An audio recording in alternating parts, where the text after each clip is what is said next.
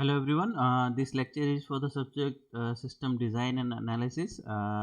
This is open elective subject in third year B MBM Engineering College Jodhpur.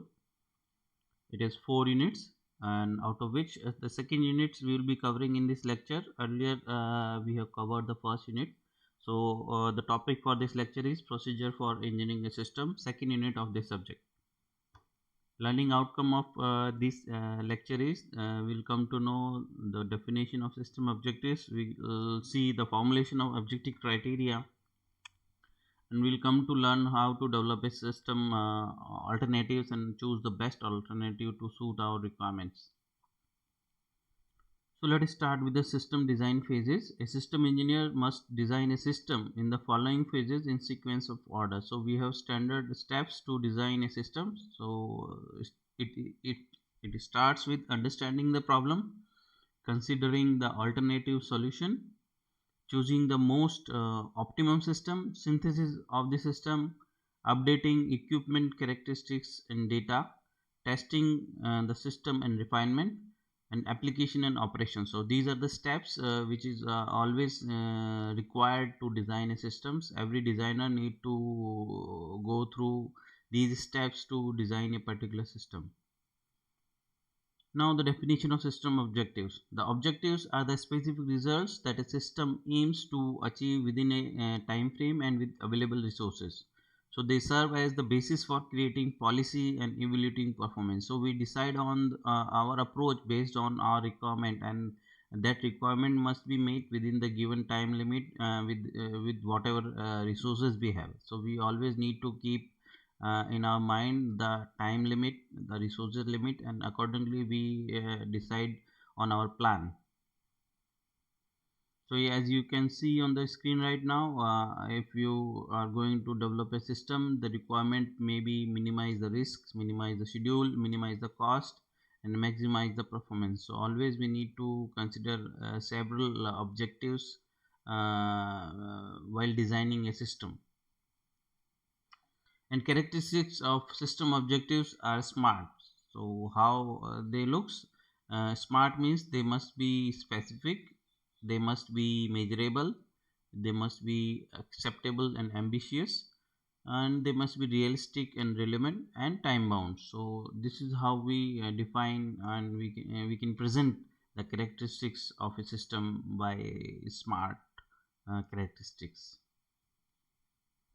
Example, if you try to get the objectives, if you try to understand the what kind of objectives you can decide. So if it is a manufacturing industry, the objectives could be reduce cost, increase service levels, and continual product improvements. So likewise you can decide objectives of several other systems.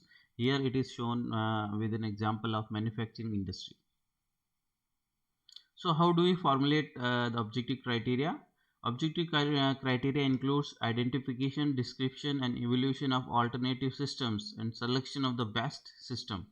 So this involves three steps: statement of constraints, identification of specific system objectives, and description of output. So we always need to consider what are the various limitations, that is constraints, and what are the different objectives we need to achieve, and what kind of outputs we are getting. So accordingly we decide our objective criteria.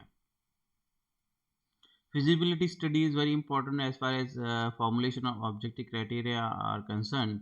It includes the definition of functional requirement, the problem definition, then there is a creative process, that is the development of alternative concepts, and in the last the analytical process. This is basically quantitative assessment of all alternatives. So we decide what are our requirements, then we give various solution we can have to solve those problem.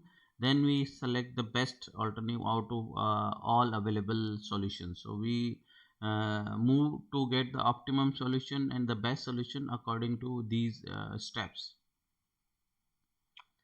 Key consideration of feasibility considerations are economic feasibility, technical feasibility, and behavior feasibility. So once you do feasible study, you always need to consider whether it is the solution you are getting is economically viable, technically approved, and should be feasible in terms of behavior operation. So these three criteria are very important once you conduct a feasibility study. Now, how you can show with an example the criteria for selection of system alternative. So here our goal or objective is to choose the most suitable leader. So this is the example how we select the best alternative. As you can see, the goal and objective is to choose the most suitable leader. Then what could be the criteria to selecting a suitable leader? The criteria must be experience, education, charisma, age. So these are the various criteria. Other criteria also available, but right now for this example, so you can choose a leader according to this criteria. Now then we have three alternatives: leader 1, leader 2 and leader 3. So we can easily see means up to for what criteria a leader satisfy. So leader 1, leader 2 and leader 3. Likewise for all alternatives, you always have idea of how many criteria that particular solution is satisfying. Then accordingly you can choose the best solution among various alternative solutions available with you. But prior to selecting the system alternative, the management must set up criteria for selection. The selection criteria falls into the categories of described below. So what are the various criteria? Like in previous example, we have 4 criteria, but it is not limited to 4 criteria only. So there are several criteria, different criteria by which on the basis of those criteria you can select the best solution. So what could be those criteria for selecting the best solution?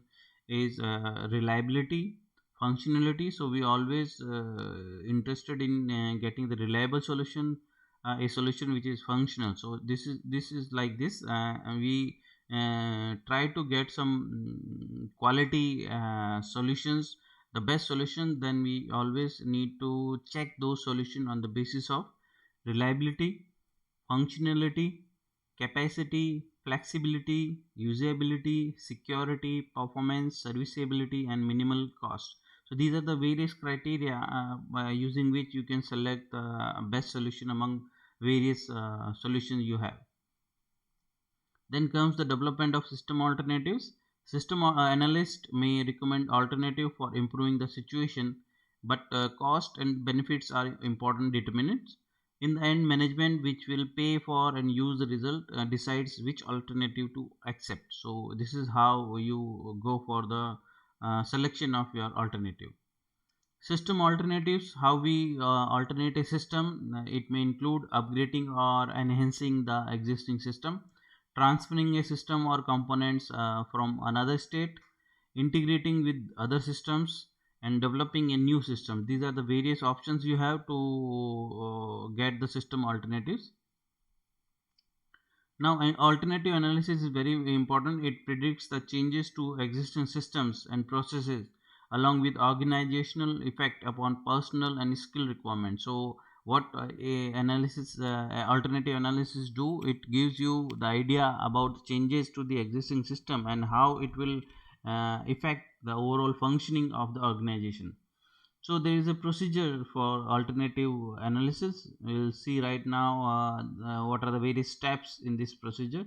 It starts with performing a gap analysis of program functional and technical requirements.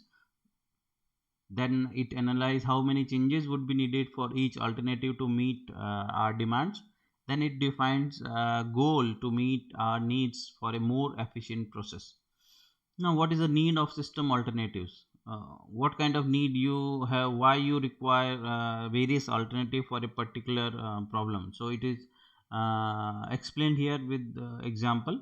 Suppose a supervisor may want to investigate the system flow in purchasing, or a bank president has been getting complaints about the long lines. So these are the problems they are facing, a supervisor and a bank manager.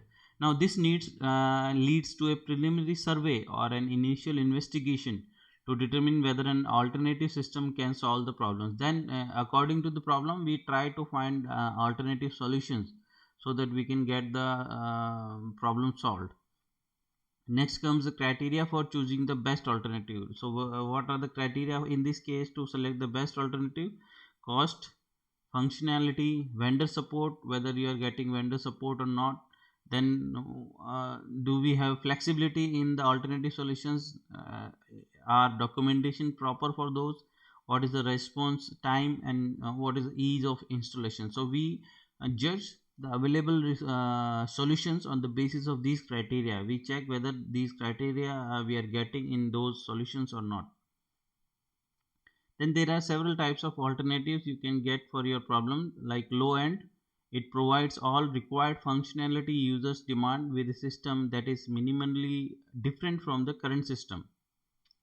While high end solutions will solve problem in question and provides many extra features users desire. While mid-range solutions alternatives are compromise of features of high-end alternative with economical low-end alternative. So it is the mixture of high-end and low-end alternatives. Then how do we evaluate alternatives? Once the alternative solutions have been developed, they must be evaluated so that the best solution can be identified. The goal of evaluation is to determine how well each alternative solution meets our requirements. So after getting the various alternative on the basis of various criteria, now we need to select the best solution among those solutions. So the selection criteria for alternative, now we judge the available solution on the basis of cost, technical performance, complexity of the product development, and product related life cycle processes. We judge those alternative on the basis of robustness to product operating and use condition, operating modes, environments, and variation in product related life cycle process. We see product expansion and growth. We should see the technical limitation of those solutions. Then how do we dispose, and what are the various capability and limitation of the end users and operators for each and every solution. Then accordingly we can choose the best solution among those. Now what are the various resources of alternatives? So what are the various sources or the area from where we can get the alternatives? So once you try to get the alternatives, you should know the origin of those alternatives. So we can redefine the problem from other point of view, including components of any change. Then we can consider the ideal and then apply political, economic, and other constraints. We can start from generic to custom made alternatives. We can use quick survey by telephone, fax, or email of people in policy issue network, public meetings, or hearing. We can use literature review of professional and academic journals, government reports, collected proceeding from conferences. We can use case studies of real world experiences, use analogy to relate new problems with old problems. We can try brainstorming. So these are the various techniques, various methods by which you can easily get the various alternative for a particular problem. So if you are facing a particular problem, you need to get more alternative solution for your problem. Then you can try these method to get a variety of problem solutions for your problem. Then on your preferred criteria, you can select the best solution. So we covered the second unit of this subject in this lecture, that is procedure for engineering a system, and in next few lectures we'll be covering the third and fourth unit of this subject. Thank you.